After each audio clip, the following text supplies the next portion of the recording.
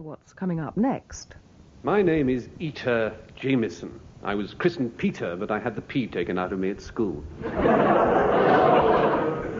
We lived in a number 19 bus stop in Camden. It was a sheltered childhood, but I lacked for nothing. Whatever I needed, I had only to ask for. It was a request stop. My father had an office nearby with a sign saying "Gents" outside it. And that was where he did most of his business. He summoned me there on my 21st birthday. Ah, Eater, come in. Draw up a stool. No, thanks, Father. Sorry, Eater, you were saying? No, it's all right, Father. I'd prefer to sit down, if that's all right. What about the army, Eater? Ever strike you as a career? Good career for a young man, you know? But I'm a pacifist. Well, nothing wrong with that. I like a drink myself. That's the thing to do, Eater, yes. Join up. God, in my younger days, I liked nothing better than get stuck into Jerry. Yeah. So I joined up. I'm sorry, I'm not very good at reading joined up. And...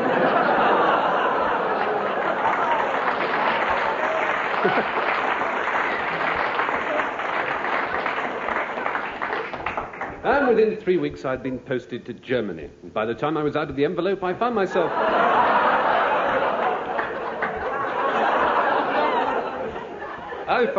entrusted to the arduous duty of introducing...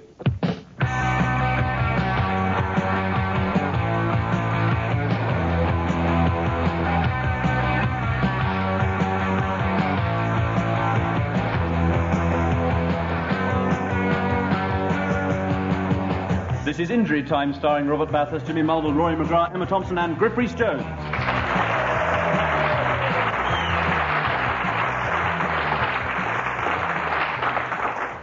Good evening and welcome to Music on 2. This week we'll be looking at Oriental music, an area of music much overlooked by us Westerners. But this week sees the opening in the Barbican Centre of the Fu Khmer Festival of Chinese Music. With me is the leading exponent of Chinese popular music, Kwang Hai-fu, who's very kindly come all the way from Peking to be with us. Harrow. Sorry, all the way from Harrow to be with us.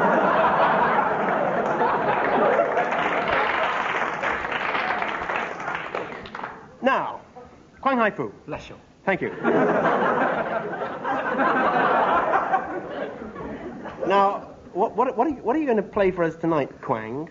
Well, I go play you one of my big hits. This one was at top of Chinese chart for 13 weeks. 13 weeks? No, 13 weeks. 13 weeks. That's 7 weeks. All right. 13 weeks. Great, yeah. Great, we all want to hear that, Kwang. Okay. Right. And in your own time then, take it away. Right, okay, here we go then. My number one big hit, I hope you like it.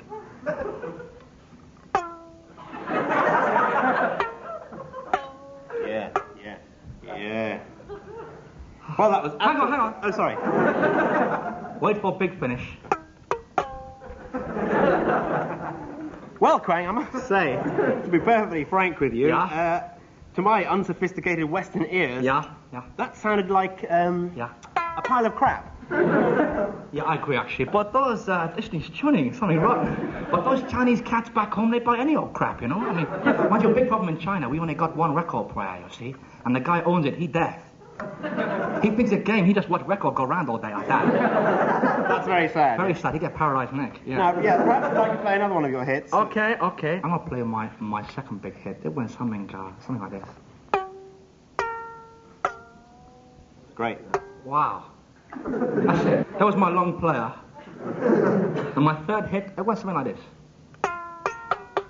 Can I say that they're all a bit similar? You could say that, I couldn't say that. Similar. I say samey. We interrupt this programme to go live to Ian MacDonald at the Ministry of Defence. Ladies and gentlemen, reports are coming in that last week, stardate Tuesday, the 7th of April, 2001, troops of the 8th Battalion of the Channel Island Army marched on Moscow in an effort to regain a lawn-mower borrowed by the Russians in 1997. The Soviet army, still smarting from the total worldwide ban on weapons of any sort, retaliated with a barrage of personal comments about the islanders' habits vis-à-vis their flocks of sheep. The comments are believed to have been manufactured in France, which is now part of Brighton and Hove Council. The Empress Thatcher, former governor of Neptune, commented on the incident while on a goodwill visit to the tiny South American village of Argentina.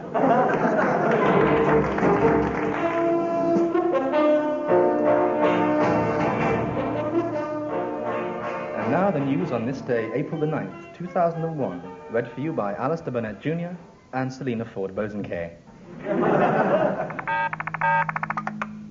Good evening. The Northern Ireland problem has been solved. News is just in that Ian Paisley has died after accidentally swallowing Belfast. Israeli troops have invaded the moon. Israel Premier Frankie Vaughan said that PLO positions there were threatening Israel's security by bombarding Jerusalem with bacon sandwiches. Home news. My wife's having it off at the Coleman. And today, all Welshmen were told to keep off the streets as part of the Keep Britain Tidy campaign.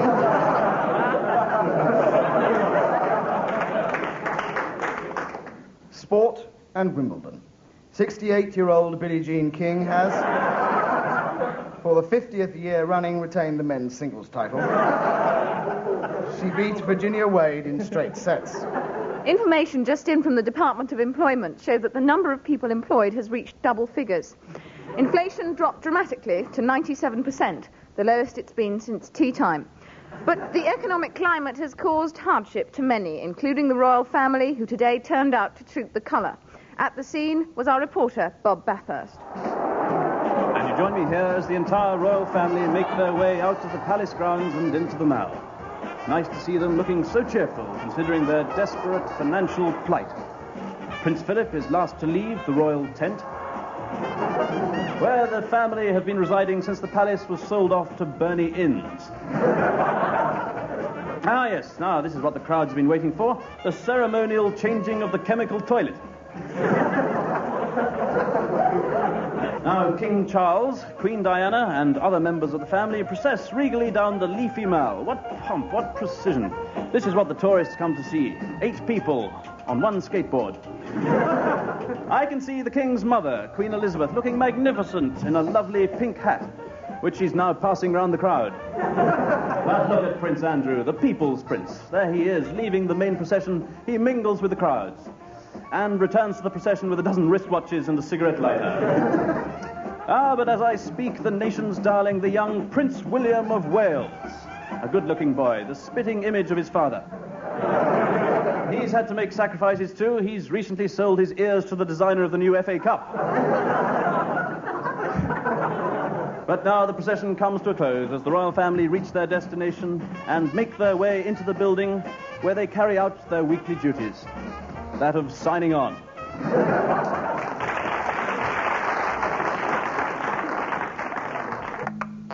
Good news for commuters. British Rail say trains will run this year.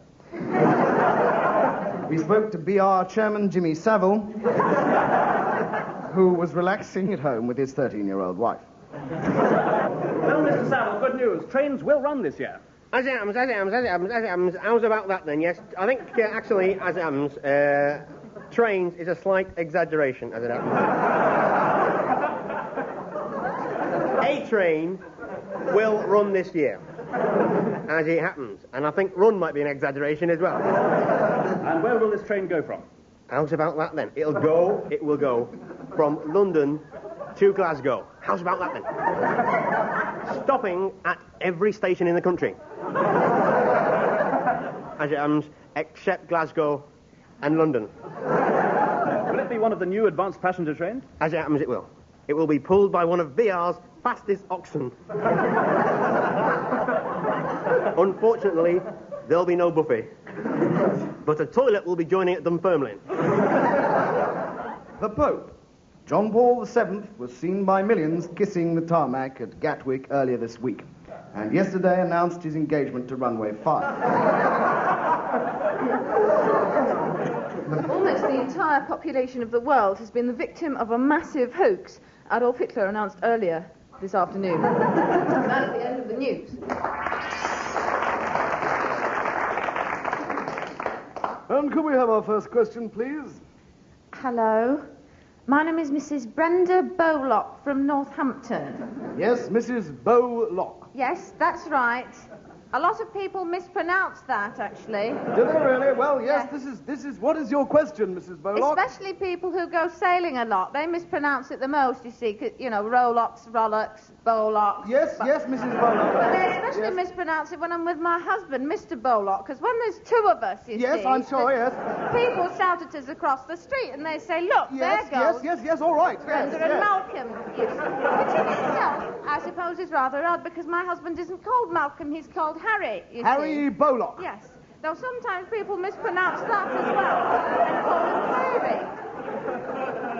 Lord knows why. Anyway, Mrs. Bowlock, what is your question? Yes, my question. Well, about 10 days ago, I developed this lump on my neck. I'm sorry. A lump on my neck about 4 centimetres south of my earlobe, as the crow flies. Yes, look, and at first I thought it was just a boil or yes. a ganglion or something. I see, yes. But then it started getting bigger, much bigger than the ganglions I'm used to. And of course, coming from the East Midlands, I know a thing or two about ganglions. But this was too big and definitely lacked the purulent discharge that I'm used to. No, Mrs. Bowlock. No, this wasn't that. It was huge and brown and rough. Look, excuse me, Mrs. That's Bowlock. what it was like. This thing on my neck looked just like a football. It did, hard and brown with Jeff Hurst's signature. I'm terribly sorry, Mrs. The Bowlock. pain was killing me. After a few days, it was about 8 feet by 4 feet. It had gone a metallic blue colour, and it started taking on a fairly detailed resemblance to a new Renault 9. Mrs. Bowlock, really? And when I woke up yesterday morning, it was gone. Completely. No pain at all. Good. So everything's all right then. Good. No! Everything is not all right. I believe it was stolen. Mrs. Bowlock. Listen, young man, it's no fun having a malignant growth on your neck. But this is gardener's question time, for God's sake. Have you or have you not got a question of a horticultural nature? Yes, I have.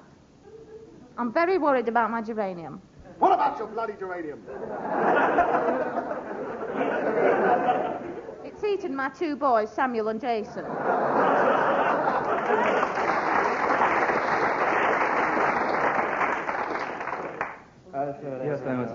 All right, so look, this is group therapy. We're a group, okay? There are no leaders here, okay? No leaders. So I'll start us off. Would that be okay? All right. Now, what I want us all to do is to relax and to make the most of our time here together. After all, it's not cheap, is it?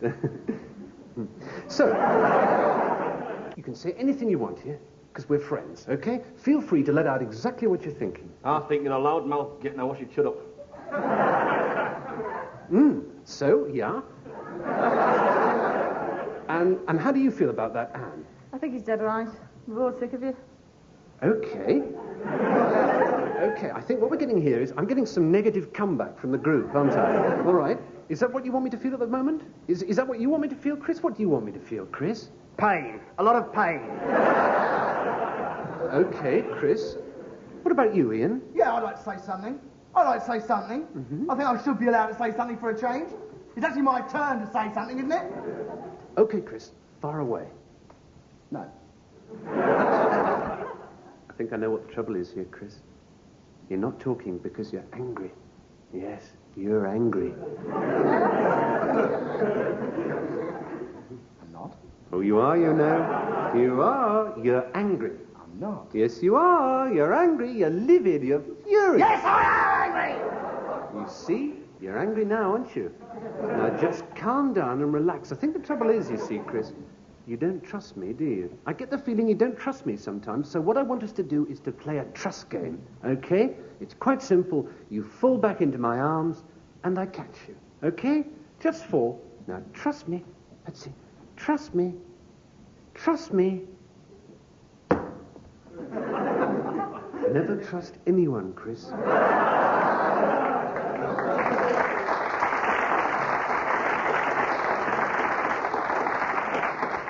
It's the way I walk, you know.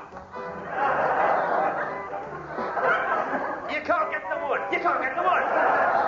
The familiar voice of my special guest tonight, a comedian who has kept the nation laughing for over 40 years, a man who, on his own confession, just can't help being funny. Ladies and gentlemen, will you please welcome Mr. Sammy Smiles? Good evening, good evening, good evening, good evening, good evening, good evening. Good evening, good evening, good evening, good evening, good evening, good evening. It's the way I walk, you know. It's the way I walk, you know. Sammy, Hey, Sammy. it's the way I walk, you know. Sammy? It's the way I walk, you know. Sammy? It's the what? Sammy. Yes, young sir. Sammy, what makes you appear so funny to so many different people? It's the way I walk. Hey! You can't get the wood, you know. You can't get the wood. It's the way I walk, you know. It's the way I walk. Sammy. You know. Sammy. What is it? Your childhood, Yes. Sammy. It's the way I walk. Wasn't your childhood, Sammy, very far from being funny? Oh, you yes. say in your recent autobiography entitled "It's the Way I Walk." Yes. Yes. Subtitled, "You Can't Get the The Wood." wood. Yes.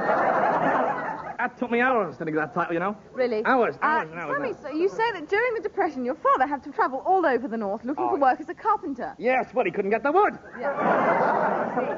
Eventually, though, Sammy, in 1934, Yes. he did find work, didn't he? And every morning he Yes. would get up at 4 o'clock in all Yes. weathers and travel some 3 hours to his job. Aye. That's incredible. Well, it was the way he walked, you see. Backwards, you know. He kept getting lost. Yeah. Sadly, though, 2 years later, he died Yeah. in rather tragic circumstances, didn't he, yes, Sammy? He was yes. knocked down by a bus. Yes, it was very sad indeed. Mind you, it was his own fault. It could have been avoided. Yes, don't tell me it was the way he walked. No. On the contrary, it was the way he didn't walk. Had he walked in any particular direction, the bus would have missed him. But he was stood there, standing in the middle of the street, young sir, in the middle of the street, making a dining table out of puff pastry. Why was he making a dining table out of puff pastry? He couldn't get the wood. Hey! You say, Sammy, you say in the book that Yes. the family made a controversial decision Yes. by having your father cremated when your father had expressly wished that he be buried in the finest oak. Yes, well, I think the answer to that is pretty obvious, don't you? Get the words. It's the way I walk, you know. What You know, is? It's the way I walk. What's the way you bloody walk? Well, putting one foot in front of the other. It's the way I walk. It's the way I walk. Hey, I would have thought you can't get the wood, you know. You can't get the wood, you know. Stop, sorry, could you stop saying that? What? Actually, you can't get the wood, you know. That's very funny. That's very... Did you just think of that? That's funny. It's the way I... Isn't she clever? That's the way I walk. I'll use that in my act. Why don't you just shut up? I can't. It's the way I talk.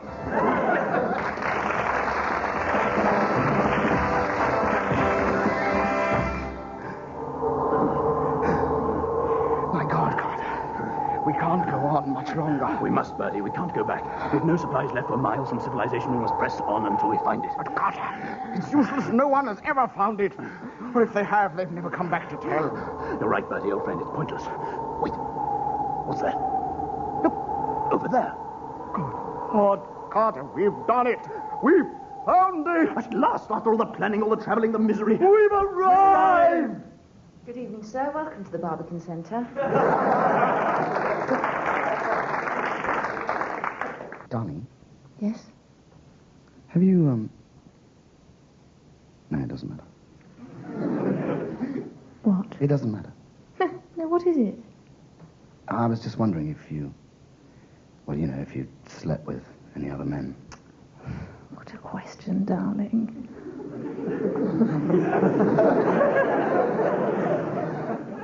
Well, I'm just interested. Well, have you? A few? How many? Oh, really, Simon? Go on, tell me, how many? Will you tell me?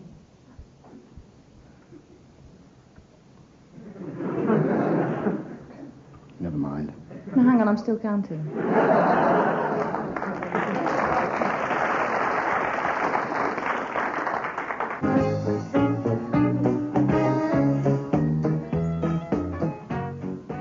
Mr. Williams, there have been rumours that your children's books are in fact being subsidised by several large multinationals. Yeah, well, these are just absolute lies. I mean, you know, I seek merely to entertain the kids. Yeah, can we talk about your latest book, Old King Cola?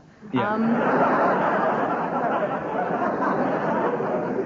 How do you react to criticism of this particular passage? And I quote, Janet was tired and sat down by a well. Yeah. She wanted a drink. Yeah. John said, let's have a drink. Yeah. I would like something lip-smacking, thirst-quenching, ace-toasting, motivating, good buzzing, cool walking, high-talking, gas-fizzing, ever-living. Yeah. Me too, said Janet. Seems fair enough. Okay, would you like to tell the audience what the names of the 4 characters were in your rewrite of the Flopsy Bunny? Sure, yeah. Was, Flopsy, Mopsy, Cottontail, and Pepsi. And you see no reason for scepticism there. Not really. Not at all, really. No. I don't want to press the point, Mr. Williams, but there are some other books of yours which have attracted attention. Yeah. The Secret Seven, Up. Yeah.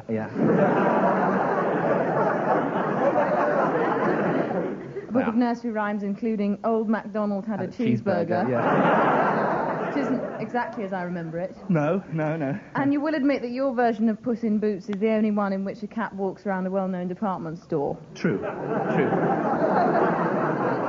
But I also write religious books as well. Yes, yes, The Lives of the Saints, Oh, yes. Which does at first glance appear to be innocuous, but after St. John and St. Mark, we have St. Moritz, the patron saint of smoking. Yeah. And St. Ivel, the yogurt saint. Yeah.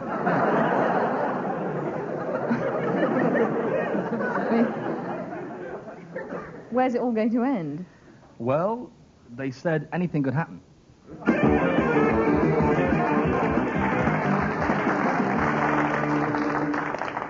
Hello, and welcome to another edition of Scoop, a show based on a radio program called The News Quiz and adapted for television by changing its title. So that we don't have to pay anybody. My name is Richard Stilgo. This is part of my bid to notch up as many television hours as Terry Wogan and the girl on the test card put together. Who put them together, I'm not prepared to say. Nod, raise eyebrows, pause for laughter. The idea of the quiz is for me to ask questions about the week's news as tediously as possible without the contestants falling asleep. Now, let me introduce the 4 people in front of me. They are the studio audience, and they're here to laugh at my jokes. Or rather, laugh each time I nod, raise my eyebrows, and pause for laughter. Nod, raise my eyebrows, pause for laughter. The contestants are Henry Kelly, the thinking man's idiot. Hello there. Top of the morning to you, kiss the blarney stone, be dad. I'm Irish. Jane Walmsley. Hello. I've never heard of her either. But she's on every week. And finally, Graham Garden, who we only invited to cover up a stain. Good evening.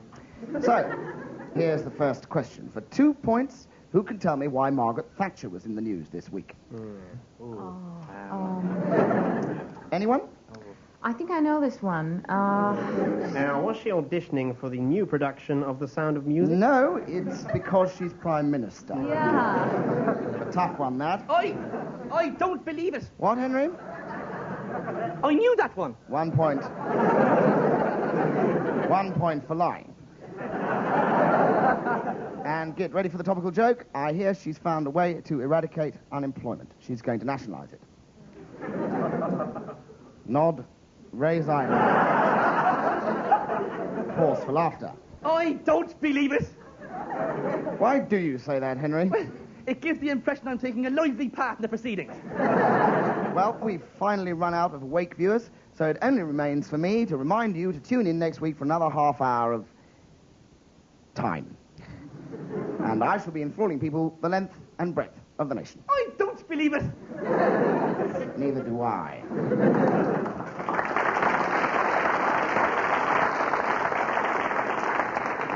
Lavinia, how could you do it? Gerald, these things happen. But, Lavinia, you look lovely. Thank you, Gerald. But you mustn't be upset. Oh, Lavinia, it's not too late to change your mind, Lavinia. We had some great times together. Gerald, I've made up my mind. I'm going to marry Neil. People change, move on. So do you, Gerald. There'll be others. God knows there'll be others. Oh, there'll never be another, Lavinia. God knows there'll never be another. No, Gerald. Finally, no. Well, as you wish, my darling Lavinia, as you wish.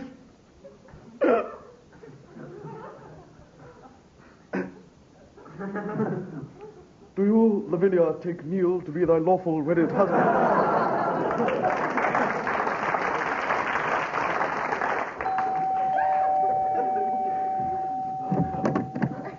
Hello? Good afternoon, madam. Are you, Mrs. Bessie Walters? Yes?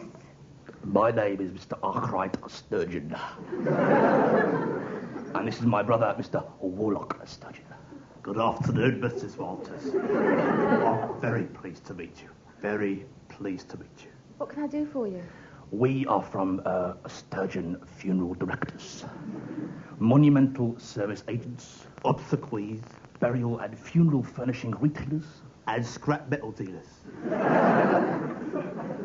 Now, does the name Lenny Walters mean anything to you? Yes. My husband. Right. Now, am I right in thinking he died in rather tragic circumstances? Yes. Now, can you remember exactly when this happened? 10 days ago. Good. So it's still fairly fresh in your memory, is it, madam? Now, Of course it is. if you recall, Mrs. Walters, it was indeed our firm, my brother and I, Arkwright here, who in fact buried him. Yes, I remember. And a fine funeral it was too, Warlock. If I may say so. Please, Arkwright, you flatter me. Oh, no. It was you who got the casket into the hole. Oh, but it was on my 4th attempt, brother. Your modesty I find excessive, my dear brother. No. Oh, when it hit the bottom, it did so with such a dull thud. So appropriate to such a solemn occasion. Not a hint of body rattle. Thank you very much. For God's sake, just tell me what you want. Leave me alone. I'm sorry, we forget. Well, you know that you paid for your husband's interment by cheque. Yes. Well, unfortunately, and indeed embarrassingly for all concerned, Yes. the cheque has bounced. Oh. So we've had to dig him up again. And we've left him over there by the dustbin.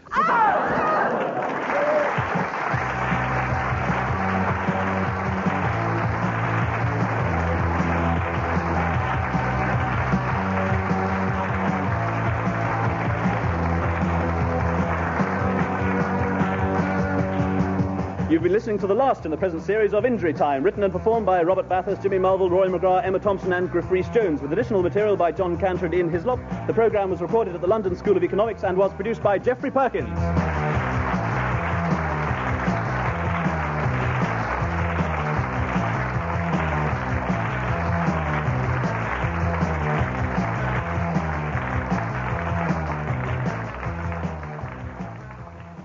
That programme also featured Stephen Fry and was, as you heard, the last in the present series.